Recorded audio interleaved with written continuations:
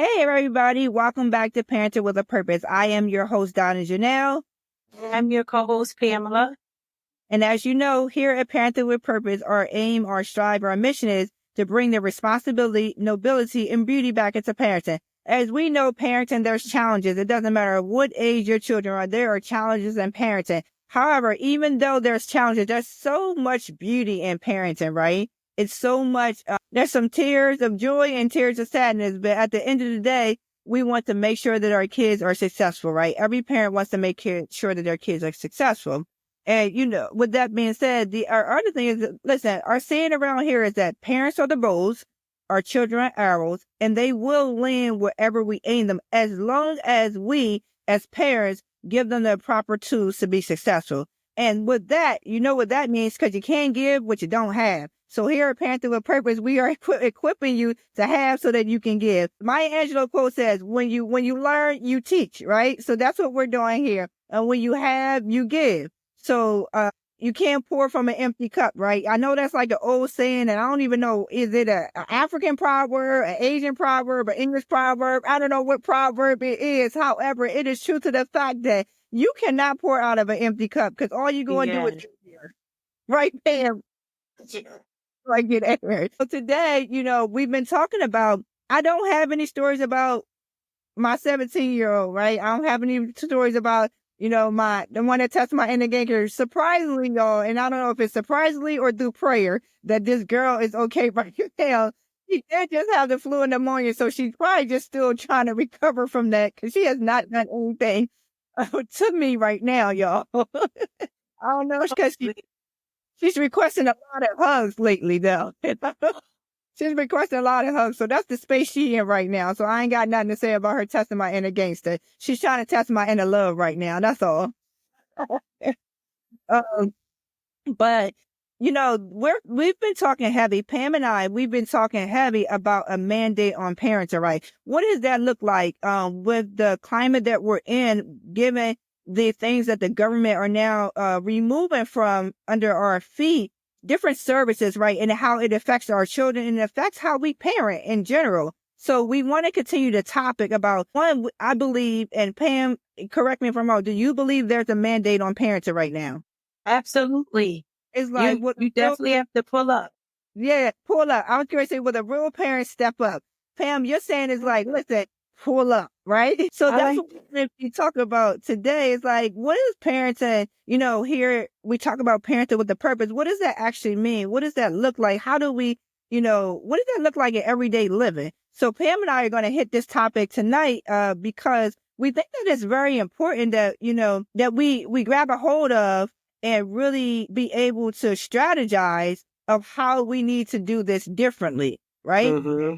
And that what we were doing in our parenting is wrong, but there are some shifts that need to be changed, because we are the ones who are the first teachers, the first advocates, the first lovers. Like, we are the ones who are with our children. And if they're going to get anything from us, it is really going to be tools of how to be successful in life. Yes. So Pam, what you got to say about that? I agree with you. What was the thing you said? I said parents got to pull up. You said parents. Yeah. It's time for the real parents to step up. Listen, we talk about standing 10 toes down. I'm so serious. I don't care if you got 10 toes and 9 toes. You better stand on what business, right? In a parenting, it's going to stand on business. Yeah, because I feel like every so often, like as I've gotten older, I realized every so often certain things like this happen.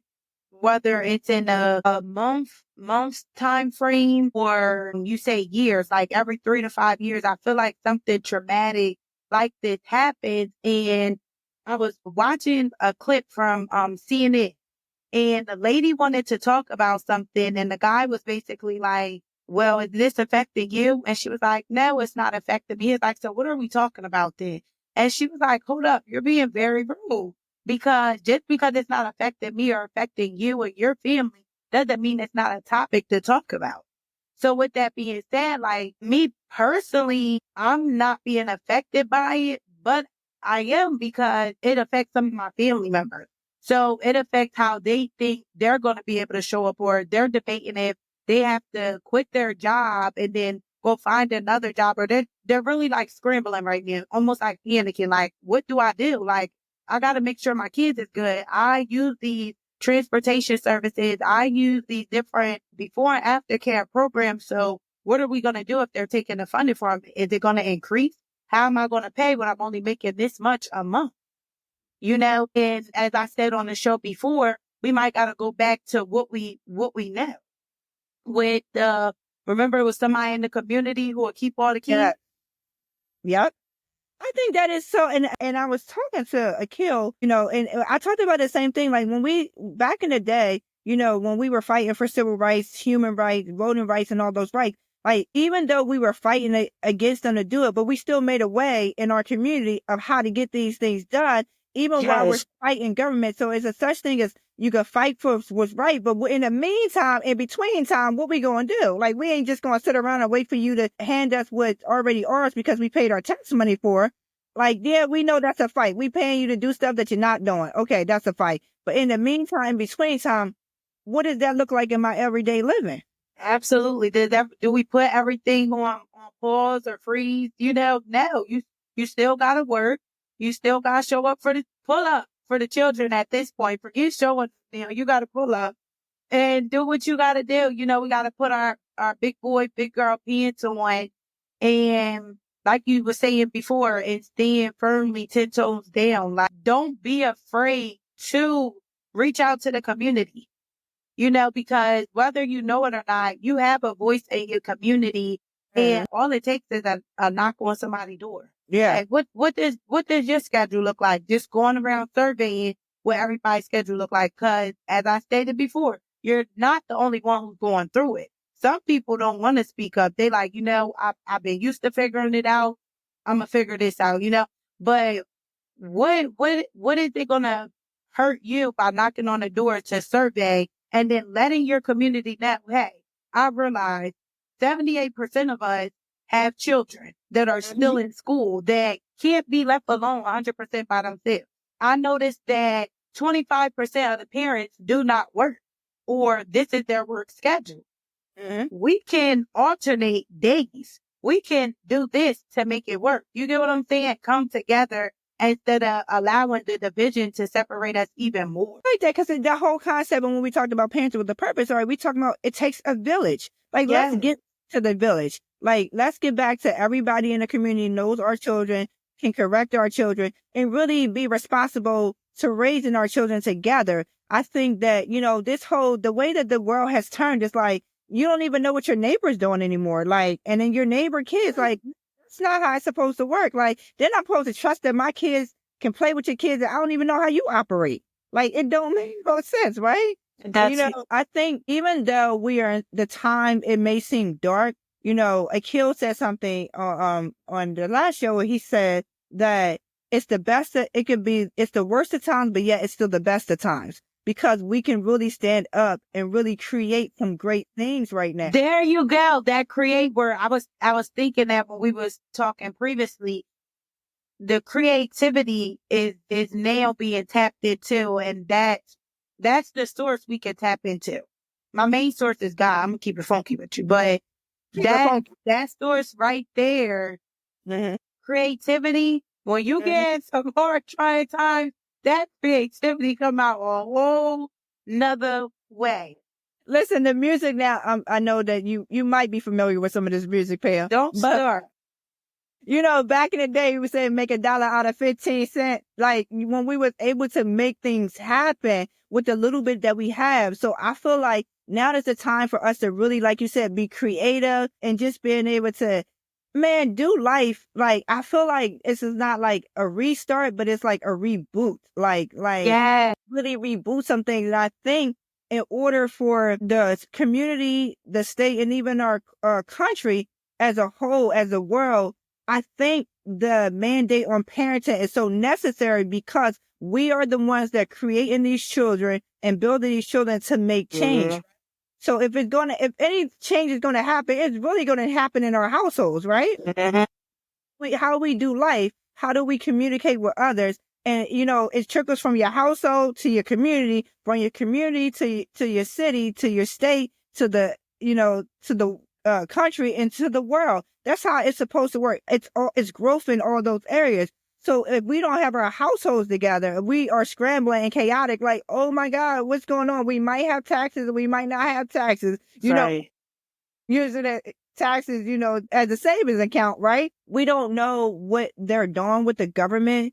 But as you said, I'm a believer just like you, Pam. And I know that God knows everything and he sees everything. But I also know that he has given us the ability and he has empowered us to be able to do what is necessary to make sure that we're successful in parenting and in life. Because you keep hearing life be lifing, but I know God is still God. That's all I know. Maybe lifing, but Yes, God.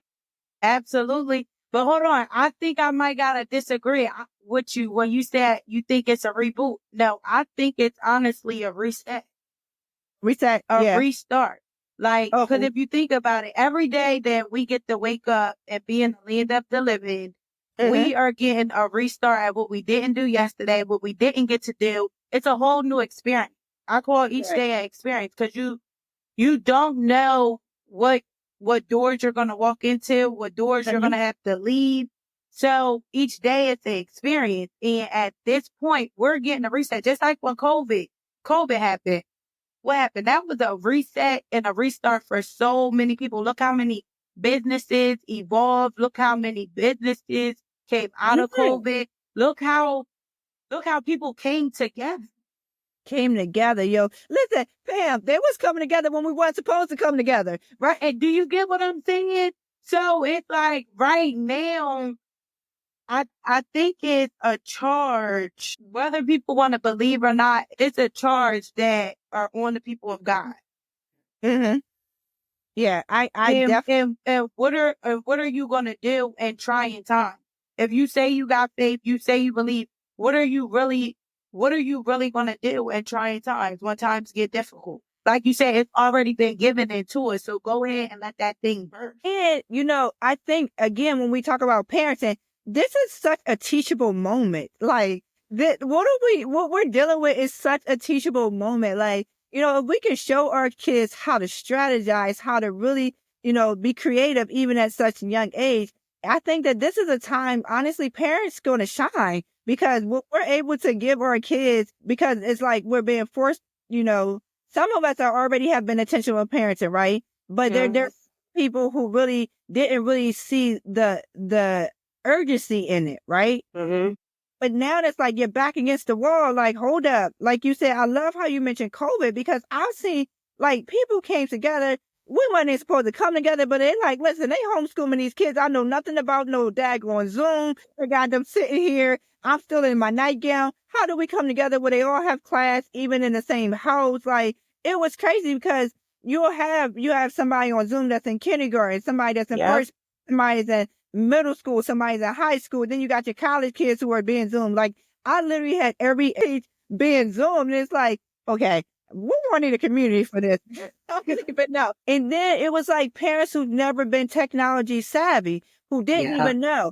Grandparents who's never been in this position where people came together to help them navigate the system. So I'm like, hey, it's time to navigate the system again. What we going to do? How you going to do it? Seriously, because and how ironic is it that it's happening during Black History Month? Like we're getting all this information, right? So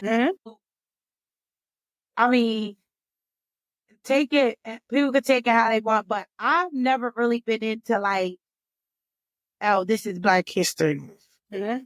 I feel like you should learn about things all throughout the year. Like, sorry if I may sound ignorant to some, but I just feel that way. Like, why are we waiting for a month to teach our children and generations about what taking place to get us to where we are? That's just like my whole take on it. So I'll be interviewing my daughter, and let me tell you, today's career day, and I literally have been talking to the girl because she always tell me like, I want to do what you do.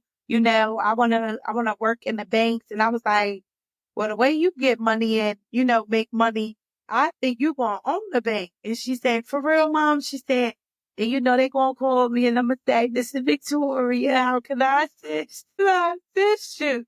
She said, Mom, and people going to be working for me. So I said all that to say, yesterday we in the car and I'm like, who you want to be for career day? She was like, you already know, you keep doing this. You think about answers going to change. So I was like, nah, because sometimes it do. What you want to be?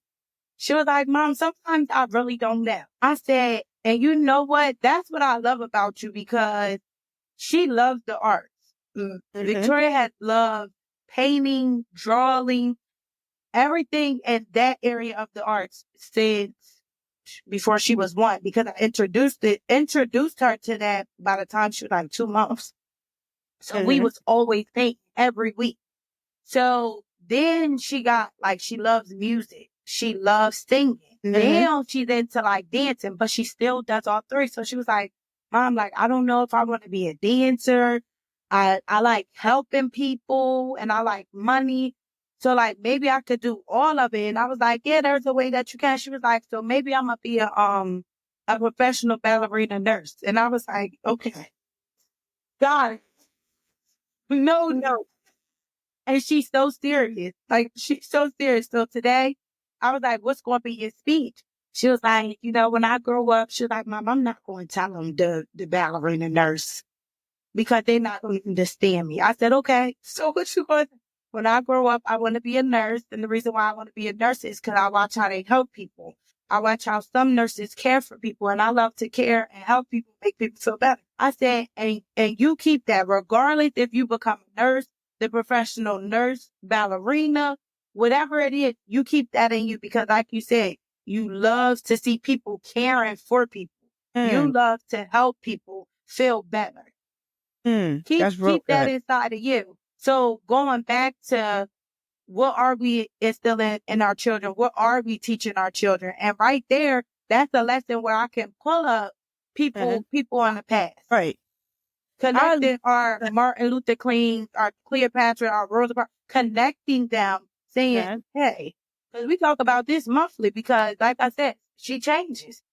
She said, I really don't know what I want to be, but I know I want to care and help people. And I think that is so important, Pam. And I like how she did that because, again, like you said, things change. We get exposed. The more things that we're exposed to, it trees our interest, right? It was like, okay, piques our interest a little bit. That might be something different. And being so young. But I like how you said, listen, the core of that, right? The core and the foundational piece is that caring and helping people. And I thought about, when I think about in the Bible, again, I love the Lord and I love to incorporate some of those stories into everyday living because when we think about it, think about the boy in the Bible when Jesus went to feed the 5,000 and it was a young man and his mother packed his lunch, to feed the loaves of bread, right? 2 fish and 5 loaves of bread. He packed in his lunch. Now, first of all, that's a lot of food, but she know her son be out there in the streets, I guess. Maybe, listen, where she know the heart of her son who might want prayer, right? And be caring. So I constantly think about that when we talk about what we're instilling in our kids, what are you packing up for lunch that they able to share with someone else? And what you just said to me is that how Victoria Foundation is caring and loving with people. So that's something she's packed with, right? So now she can share with others. And that's what it is. We really got to pack our kids lunch so that they can share it with others. And you can look at it even, I know when my kids were younger, I would pack their lunch and they wanted extra snacks to help those around, right?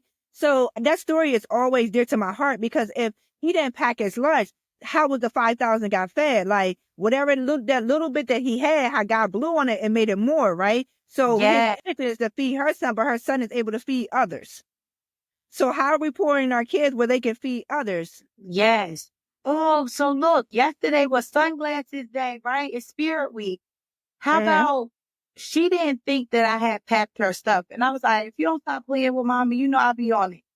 She was like, oh, I thought you were going to pack these heart ones. And I'm like, well, the other ones are heart, but they're just not as fancy as those ones. If you want to wear those ones, it's fine. She was like, okay. And I was like, well, let me get the other pair back. She was like, no, I think they should stay. And I was like, well, why should they stay? And she was like, just in case someone else forgets theirs. They won't feel left out, mommy. And she was like, Mom, I always have something to be able to give somebody else. She said, because the only thing I can't help with is when we don't have to wear a uniform and somebody comes with their uniform. That's the only thing I can't help with. But like with my food and like my other stuff, yeah, I could help with that. And I was like, okay, how about somebody forgot their glasses? She came running out the building, both her hands. Mom, guess what? I'm so happy you let me keep both pairs because I was able to help somebody. I said, was you? She said, yeah. And she gave them back to me. I didn't have to ask back. Look at that. I'm like, wow. And that's amazing. And that's what I'm talking about. Those foundational pieces, like, we always hear that my child is going to be what are you going to be when you grow up, right? A basketball star, a lawyer, this, and the other.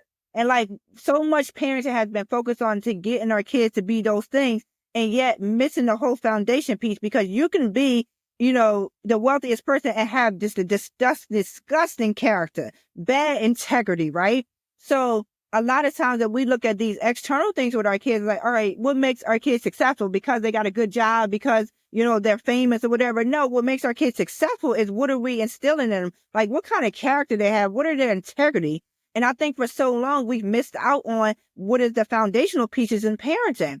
Like the shelter. That's all we kept hearing, right? Food, clothes, and shelter. And we're making our kids be able to, you need a job so you can provide your own food, your own clothes, and your own shelter, right? At what age they starting? They started like 18. Yeah. So it's like those things that you just talked about, Victoria has, is like those foundational pieces we're talking about. Because don't go in the ways of food, clothes, and shelter. Now, I need my babies to eat. I need them to be warm, right? I need to have security, but I also need them to have a sense of self. Yes. Who am I? Yeah, I'm walking in like I am royalty, like we did the girls event. I'm confident. I'm bold. I'm lovable. All those things, affirmations aren't just words that we're telling our kids. These are words that we're showing our kids how to be. Yes. And that is parenting 101, teaching your kids, because when you first born, you didn't know your identity. Listen, I didn't realize my identity until I was literally probably like 39, 40 years old. I'm literally early learning who I am, right? So just imagine a kid, and we are solely responsible of making sure they realize who they are. We're not, the world closed them. It's like we're giving them some foundational pieces, some character, some values, some morals, some integrity, so that when they do go in the room, they're not just getting picked because, they can do the job. They're getting picked because they are an asset to the company. Not only they can do, but who their character is. So with this mandate on parenting, that's just what it is. Like, we got to really pour into our kids so they can pour into somebody else. There you go. And you don't even know it's two things I want to hit. By pouring into them, who they'll even reach, because my 6-year-old, I had a teacher who's a special ed teacher. She's not even in my child's class or anything. They didn't have to, but my daughter chose to do candygrams for other teachers, because we always get her teacher stuff. But for other teachers, she's like, I want to get them something too, Mom. Like, they work at the school, they help with the kids. And shout out to Miss Holmes. She said, she seen me today. She said, I've been looking for you. And I said, yes. I said, is everything okay? She said, I cried. She said, what that note said on that candygram, like, that meant more than everything that was in there. She said those words. I said, and those were not my words. Those were not my words. Those were Victoria's words. She asked me to write it on there, how to write nice and fancy for you guys. Those were her words. I had to do a rough draft on sticky notes and then write it nice and fancy. Her exact words. And Victoria's right there. She goes, because we appreciate you. And sometimes we have to get in the building so fast, we can't tell you that. And she said, please don't do it. Please don't do it. She said, I already had 4 days she said, I just kept looking at it, and it let me know that what I am doing doesn't go unnoticed. So that's a 6-year-old I don't even know how old Miss Phelps is, but the impact. And she was just like, I have to walk away right now because I'm about to start. And I was like, and then another teacher followed up and was like, she's always blessing someone. And I said, who? She was like, Victoria. She was like, I don't know who this little large person is. She was like, but she's so great, and we look forward to seeing her. Like, I hope she returns next year, because we look forward to seeing her presence in the building because it's just like, I don't care what they doing. It's not dictating what's going to happen today. And Yo, I'm I just like, love that. wow, I get to see my parenting. Uh-huh.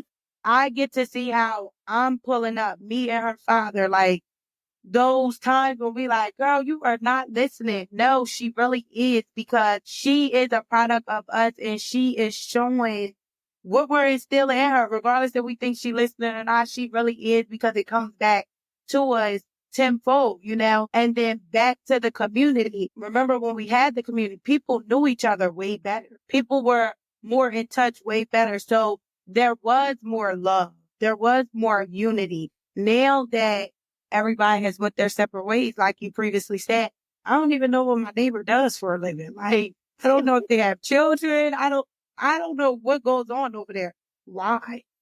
Why don't we know who lives next door to us or across the street? And so we need to get back into that. That's pulling up. Yeah. That's being intentional with parenting with a purpose. Knowing who your neighbors are, whether you're on the in street, whether you're in an apartment building, you should definitely know who lives with you in an apartment building because that's even closer knit. So what they got going on in their house could be coming through your walls. Right.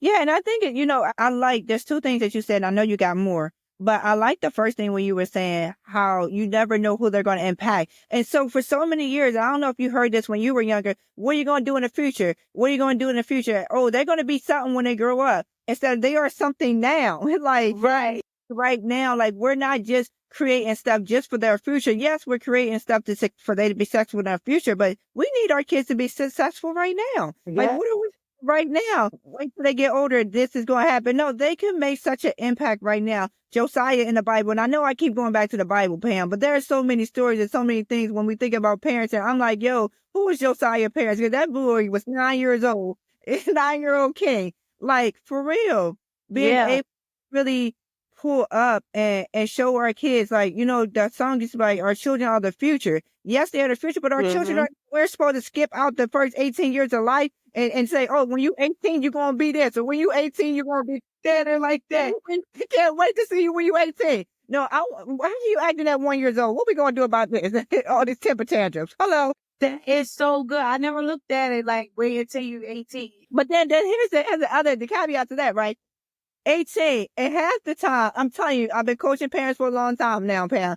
They 18, and now at 18, you ready for that. Oh, you 18, you on your own to get out. But you ain't giving out all 18 years. I'm so confused how they supposed to be ready to go when they own, where you done skipped out the first 18 of really intentional, impactful parenting. And now, oh, the law said you 18. I ain't responsible for you no more. Well, ma'am, sir, these other 18s were the years so that when they turn 18, that we don't have to do things that we didn't do the first 18 years.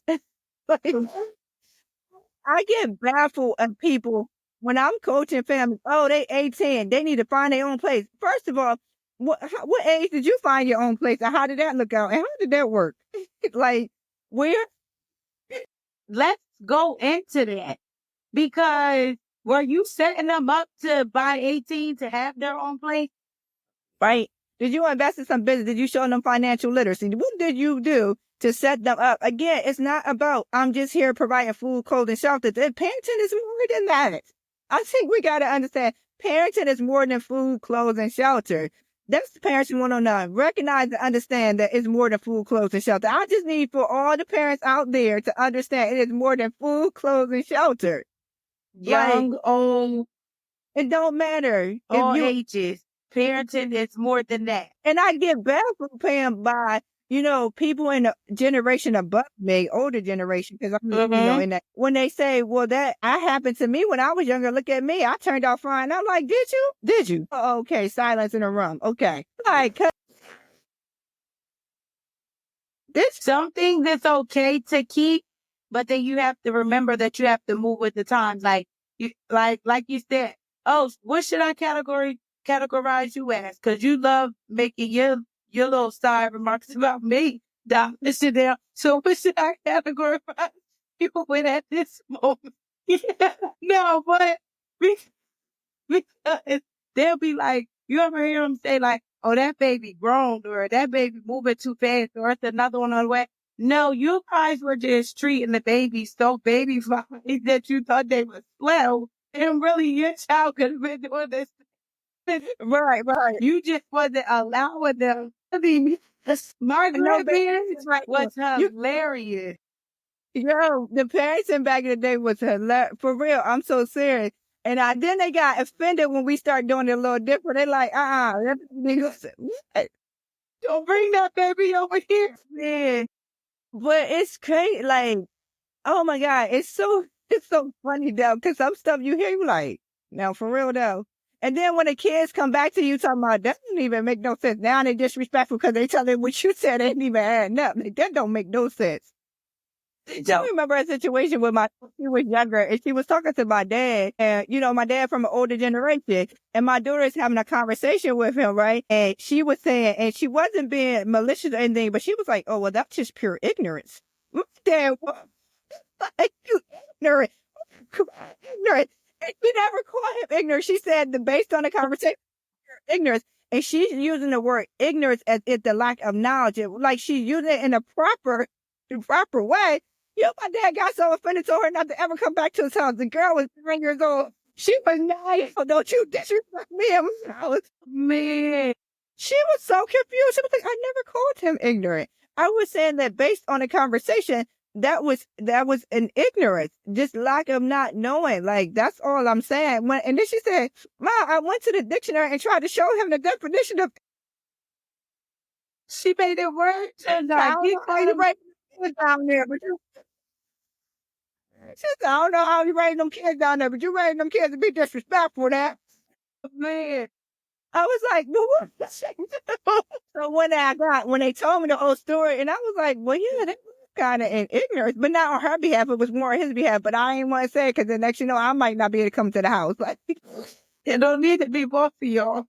We don't need to be bad, right? So, but just in that, and I think like we really have to be open-minded and really understand and hearing our children. Our children is operating from a different system, right? So back in the day, especially particularly for African Americans, they weren't educated, right? They weren't able to be educated, and they weren't educated in a way where there's certain words that was being used, right? They was like more of like keywords or whatever. They weren't really, English Standard Dictionary, right? Because that's how we created our phonics, right? This is what we say, and each culture has their own language. However, I know for a fact that my mom didn't graduate high school, and my mom, I started teaching her when I was younger of how to read, right? So you coming from a generation who aren't as educated as our children are now. So where our children are using using terms in a proper way, and then the older generation is getting offended and they don't understand. Right? So it's like generations aren't understanding each other, and that's where a lot of conflict comes in. But if we go to the root of things and get some understanding and be open-minded, that I think we will be in a better place when we talk about crossing generations and in a generation where they even know more than what we know. So as parents, we got to be like, oh, okay. I'm telling you, there's some stuff that my kids say and do. And my old school parents in ways would have been like, what? But now I'm listening to them because, yeah, you can teach me how to do this. Like, it'll save a lot of time if we just listen to our children. It sure will. I know cooking in the kitchen, it saves me time. Me too, with that Danae, she is such a chef. And I know, like, even then, being younger, not being able to cook in the kitchen and not being able to being in the kitchen, kids are supposed to be here. Kids are supposed to be there. Unless you're raising a kid to be a kitchen maid or something like that, you really are really exposed to, like, really domestic things in the household, unless it was going to be either their job or how they're going to serve their spouse. But my Danae, she cooks for us, and she cooks, and I had to myself restrain myself. It's like, oh, you cooking with this expensive stuff. We got to test and try some cheap stuff. But why did I want to? That's her standard of cooking. This is the want to operate it. And who am I to say, oh, no, you need a watered down version of this? Are you crazy? And that's what we do on parenting. Sometimes we think because we don't want to make the sacrifice, invest in it, and say, nah, I want you to be lesser than who you are. And we don't do it intentionally, right? But it's based on, again, how we feel and what's going on. It's like, it could be how we were raised too. We weren't able to do certain things because how we were being raised. But now we're not responsible for how we were raised, but we're responsible for how we raise our children. Yes. So if you want, I had to learn, listen, she cooks with the most expensive stuff. I'm like, and it'd be good and it's gourmet. And she's telling me the difference of why she chose these products. It's not, I need the best, this because of this. And it ain't about form and fashion. It is about service excellence and the taste and on your palate. Like, for her to be able to describe that to me made me say, cool, I'm okay paying for whatever you want because the way that you want your standard to be. And who am I to make you water down and you just learning who you are? That just learning who you are and I'm watering down everything that you're trying or want to experience. Yeah. That's crazy. Yeah. Wow. Are we watering down our children's ideas and their thoughts?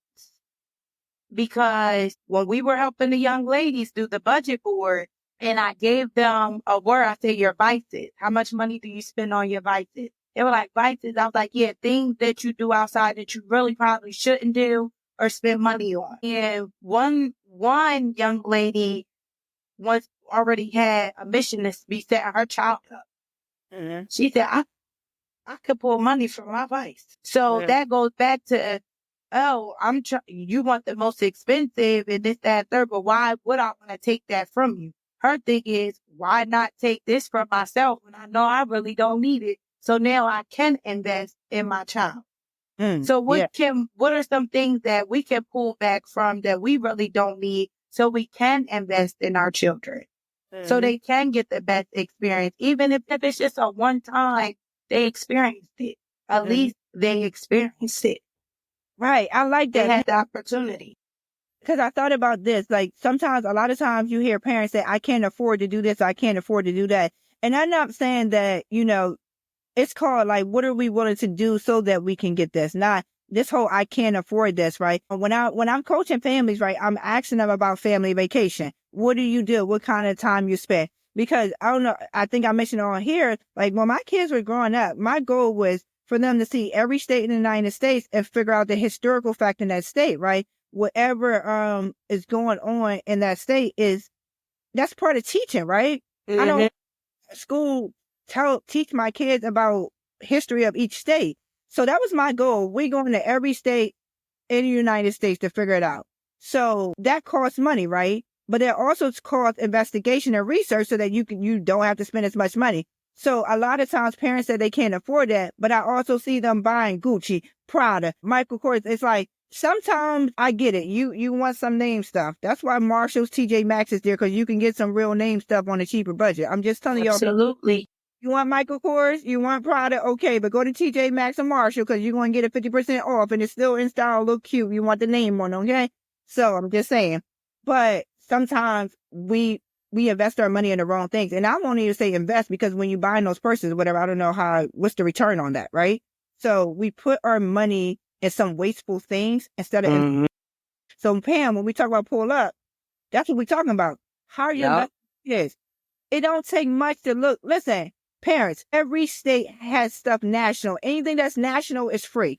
The national parks, the national museum, the national zoo, it's all free because it's not. Only thing you might have to do is pay for some parking. Okay, put that in your budget. But you can plan stuff to take your kids and expose them to things that they're not typically exposed to. And it's a norm for them now. And that, let me tell you, when they go in class and they start talking about different parts of the world and stuff like that, oh, your kids already know because you already taught them that. They already see. So now don't cancel it out because you think you can't afford it. Pull back so that you can pull up. There you go. And I like that. Well, that's not only the national, but there's also transportation out here too. Certain trains, they offer different things throughout the year.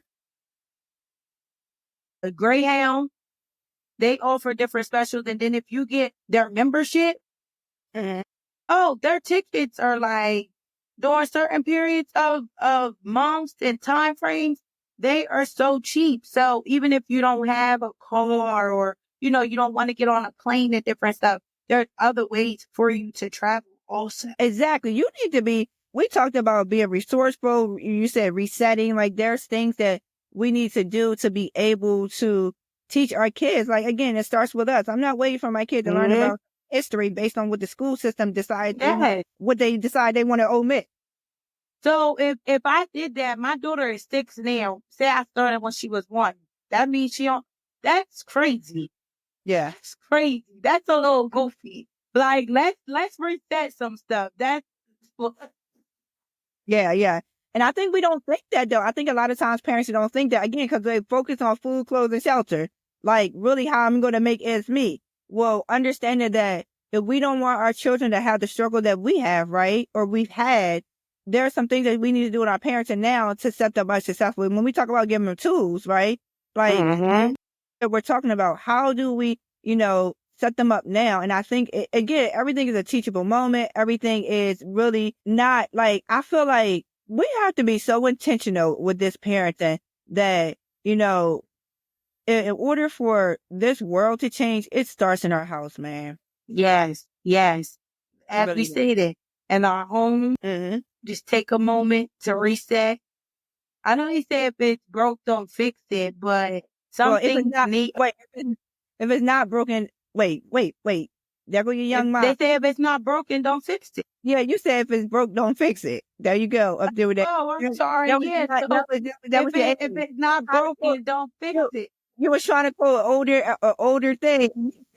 And that's why it shouldn't be a saying, because some things need to be reset.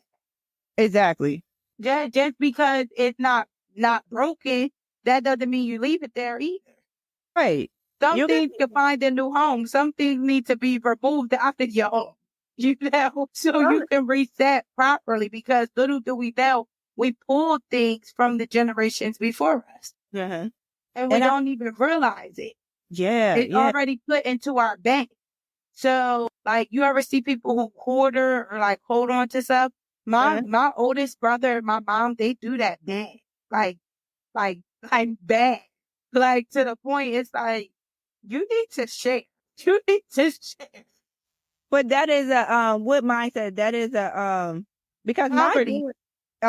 my daughter, the one that's in the Marines, Lizzie, she said to me, she was like, Mom, you know you're a hoarder. Well, she calls me TT. You know that you're a hoarder. I got so offended for her calling me a hoarder. I said, not a hoarder. I was so mad, Pam. I was like, this generation I felt like my dad, get out my house. Like, no, seriously. And my mom is the baby out of 14 children, right? But then my brother is the oldest. So it's kind of like, well, there's no excuses. Like, don't do it. You now both are well off. You should not still be carrying this trait. And guess who does it? My little person. She wants to keep the tab of this. She went to a birthday party at age 3. My girl told me who birthday party it was from. And I was like, pause to her. Like, no, this bag, how do you still have this goodie bag? Like, how did it even travel with us? Like, what? Yeah, and it's crazy because we end up building a scarcity mindset in our children and not realizing by things that they're exposed to. So when my daughter told me, I got offended. I ain't gonna lie, parenting with a purpose. I was not parenting with. I said, yo, for real. But mostly she was telling you again, we gotta be open and walk them open-minded when we talk to our children and a different generation, because she just was saying, what is the point? What's the purpose of keeping this? How does this help to evolve and grow? When she said that to me, I said, you sound like me. What you talking about? But it's true. So now even my son, say the same thing. Like, and because it's crazy, because it's something I'm teaching them not to do, like not to hoarder, but yeah, I was still hoardering. I was still hoardering. And it was a scaredy mindset of, maybe I might need this later. What if I won't have it later? Not understanding that God supply all our needs, and even things can be built again. And if you're not, why keep holding on to it? That's like you walking around with all these bags, right? And it's like, what you got these bags for? A bag lady? Can you put your bags down? Like, but for real, I love that. So just teaching our children, like, it's okay to let things go. It's okay to let things go and not hold on to everything. And even if you want to think about it in holistic living, it's okay to let things go, let people go so that you can grow. Yes. Yeah.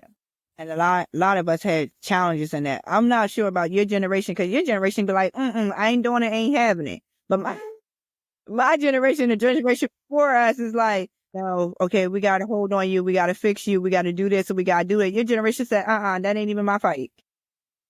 No, seriously. And my kids' generation, like, why would you do that? Like, so stupid sometimes. But like, but that doesn't even make any sense. Well, why would you do that? And I'm saying, but when they're younger, we telling our kids, well, why would you do that? Now they're teenagers and they're like, Mom, why would you do that? I'm like, flag on the play. What we doing? That is good though. Yeah. So when we talk about pulling up, standing 10 toes down, or how many toes you got, like when we talk about that, we really talk about what does this look like everyday living? The things that we're this is like everyday living. This is not something we're conjuring up to say, this is how you run your household. We just want you to be intentional. We want you to be impactful. And we want you to understand that our role as parents is really to lead and guide our children. And if we got to prune back a little bit so that they can grow, that's just what it happened. And in order for do that, that means that we had to learn how to prune ourselves so that we grow, period. So again, this mandate on parenting is serious. Absolutely.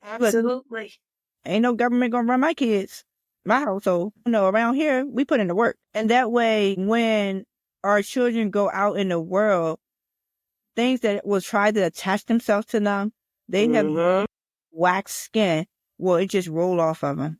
Yes. Say that again. When our kids go out in the world and the world try to attach itself to them, they have built such a wax skin that things just roll off. It won't penetrate. Yeah, because they're going to have a sense of identity, a sense of power. They're going to understand their power. And how did they do that? Yeah. Mom be powerful. I see my dad be powerful. I see my mom. And that's one of the things that I don't recommend parents hide the struggle from their kids. Now, age appropriate. Now, you don't need to be saying everything to everybody. Your kids tell your business, y'all out there. Your kids will tell your business. But age appropriate. Age appropriate so that they understand that everything is not always perfect. Talked about, with my oldest daughter. She said, Mom, why do we have to live a porcelain lifestyle? They hit my heart. I mean, like, porcelain, we ain't fake. She was like, not saying that it's a fake lifestyle, but everything has to be perfect and in its place and on the shelf. It really is. Or hasn't been, nothing happened to it. That's not how we're supposed to live. We really have to live. We're supposed to experience life. And we need to teach our children to experience life and whatever we're dealing with and how to handle it. And if we teach our children at such a young age by the way we respond even to them, they respond to people appropriately too, where they ain't always popping off. Talk about you was waiting to do that. You do that. No, because my little person, she gonna think dumb, but sometimes I'll be like, look here, it's a place and a time. She be like, her here like, what do you mean? She's like, if it needed to be said, it needed to be said. And I'll be like, okay, I see we gotta cultivate this thing. Boy, my friend said, if looks could kill, she said, what did I do to Victoria? I said, you gave her the little finger, finger wave thing, but you gave me a hug. She wasn't feeling that. She was like, boy, because she gave me this look and it pierced me on the end. She said, I didn't even realize. She said, I would never not acknowledge her. I said, well, that's not a conversation for me. That's a conversation for her. She said, and we had such a great conversation. She said, I had to keep looking like, this is not a 6. This is not a 6-year-old. She said, because she was basically letting me know, don't play with me. You give me a hug. This is how you get my mama a hug. Like, or you don't get nobody a hug. Because that's what she told. You don't leave people out. You shouldn't leave people out. You say hi to everyone. And you know what? And then the older generation will think that's disrespectful, but that's her standing up. And I love that. I love that. And I think if more parents are not afraid to let our children be true to themselves in such a respectful manner and just really speak up for ourselves, I think sometimes, and I know we about to have to wrap this up, but dang, we've been cooking. Yeah. Sometimes that we forget as parents that we're raising our children to grow up, not keeping them as babies, right? Where you have to defend everything that happens to them, but teaching them how to be assertive, right? Yeah. And have it with confidence. I think something that really needs to happen because our children are not going to be babies forever. And because here's the thing, it's interesting. I hear people say, and I feel like I've done it myself where I'm trying to take care of my kids so much, giving them everything they need, but it's not giving them everything they need so that they can go out and be themselves. It's literally what I need for you to do right now. Versus, like, I still have a whole person. Like when Lizzie said to me, and I was telling her about ironing her uniforms for the Marines, and I didn't understand why she couldn't iron them the way that she was like, but you got to remember, you never taught me how to iron. And I was like, wait a minute, hold up. She said, no, you done that for us. Said, no, you did that for us. And I said, what? Say what? She said, thought I was teaching you. yeah, but that's that whole intentional thing. We think that we're doing one thing or we're doing something else. Yeah. So she said, it's good that you done it. She said, when we were younger, yes, but you didn't teach us how to do that for ourselves. So now she's 18 and she didn't know how to correctly iron her uniform because I did it for her. And she said, I'm at the age where I need to do it myself. So it's literally I had to draw on board and teach her how to do it. And what I said all that to say is that sometimes we think that we're teaching stuff, but we're actually doing it for us. Again, we're doing it for them so that they don't have to do it themselves because, again, we think that we're supposed to do everything for our kids. No, our kids have to be able to do stuff because we want them to grow up and get out and be successful. So, and there was another life lesson in that parenting thing. I thought I'm like, yo, I started to pay attention. She said, you never taught me. Don't you say I ain't teach you do nothing, girl. And it was. I showed you the tools, but I didn't let you use the tools. Yeah, I showed you what was going on, but I didn't. So that's something. So when we talk about there's a lot of points and tips in here. Yeah. So when we talk about pulling up, what does that really look like? Yeah. So, even when it doesn't apply directly to you at this moment, right. What can you do to help even someone else, your neighbor, right. And that's what I'm saying. How does that look in equipping our kids to be able to even be impactful at such a young age? Are we just showing them the tools? We including them in it of how to use the tools. Parents are our bows and our children are arrows. So yeah, we're the bows. So the bows is required to have a certain stance for that, right? For a bow, but also including, because if I'm pulling an arrow back, why am I doing that? Whatever, and how am I showing and teaching that arrow to go forward? You know what I mean? The weight of that. And I think that we really have to consider, one, if you really want to parent, and if you're going to do it, you're going to do it with purpose, or what are we doing? And what does that look like in real life? And I think in this episode, we have so many different tools in here and just some things to think about, some like for us to say, wow, interesting. So we thank you guys for joining Parent with Purpose. We're going to have to wrap this up and come back with y'all again because this right here was some deep conversation. I love always, my co-host is like the best. I love talking to Pam because we cut up as you see, but yet we give you guys some tools and we live this stuff on a daily real life stuff. We help parents, we coach other parents because we want you guys to be the best parents possible, right? The best parents for your child and not everybody else's child. We're talking about you, your household, and your family, and what does that look like in real life? So we thank you guys for joining Parents with a Purpose. There are so many things that you could take away from this session today. Like if we start naming it, we'll be in another session because there are so many things that we're on. So we want you guys to, if you got to repeat, rewind, put it on pause, write some notes just to get back into it. And you can find us everywhere now. Pam, we're Audible now. So you could it's a podcast on Audible. Absolutely. Anywhere you listen to your podcast, you can listen to Parenting with a Purpose, and you will find every episode that we've done in season 3. Season 1 and 2 episodes are not up there, but season 3 episode is out there in the world. And I believe, Pam, it's like 36 episodes for season 3 that's out.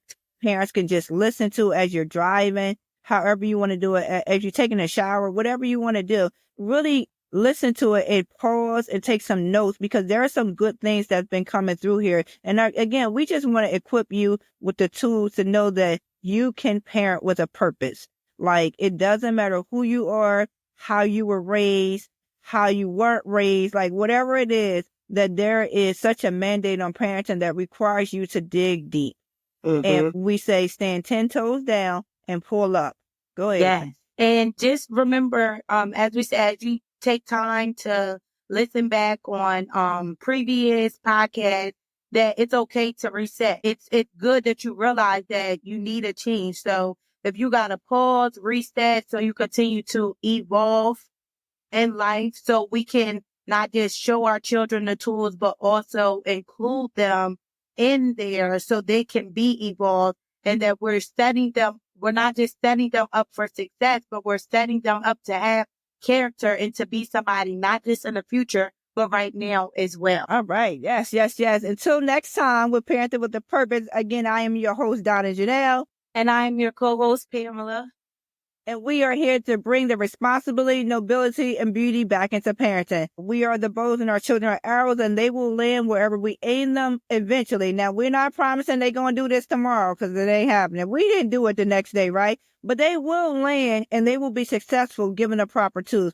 So again, tune into Parenting with a Purpose. We are on Facebook, Parenting with a Purpose. We are on Instagram under Donna Janelle. And also, you can go to the website under donnajanelle.com and you will find our episodes and you will find other resources and other things on how to really tap into us where, we can come and do a session, group session. We do the coaching, parenting, whatever you need. We are here. We are tools for you to be successful. So again, we thank you guys for joining Parenting with a Purpose. Until next time where we can laugh and have fun and talk about this right here. So you guys have a great day.